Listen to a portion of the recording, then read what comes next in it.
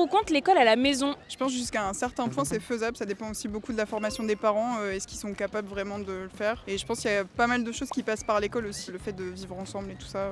Je suis pas opposée, mais par contre, je pense qu'il faut quand même un équilibre, c'est-à-dire qu'il faut qu'il y ait un maintien de contact aussi avec l'extérieur, puisque à terme, on rentre dans la vie active et si on n'a pas l'habitude d'être au contact des gens, c'est un peu plus compliqué, je pense.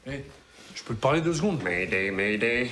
Je pense que l'école, c'est aussi un endroit de sociabilisation, mais je pense que c'est aussi bien d'avoir quelque chose un peu en dehors du système. Donc je pense qu'un truc un peu hybride, ça peut être intéressant. Ouais. À titre informatif, sachez qu'en France, il y a environ 67 000 enfants qui font école à la maison en 2023 selon le ministère de l'Éducation nationale. C'est moins de 1% des élèves, mais un chiffre en forte hausse ces dernières années. Les principales raisons abordées par les familles sont le harcèlement scolaire, les troubles 10 ou un HPI, ou simplement qu'ils ne se retrouvent plus dans l'école classique. Les EF, l'instruction en famille, est donc une pratique encadrée depuis 2022. Pour en bénéficier, une demande auprès du DACEN, le directeur académique des services de l'éducation nationale, est nécessaire. Si vous pratiquez déjà l'instruction en famille ou pensez y recourir, n'hésitez pas à faire appel à nos profs particuliers Sherpa dans les matières où votre enfant galère un petit peu plus. C'est souvent une aide appréciable pour le motiver et lui permettre de s'organiser et mieux maîtriser la matière.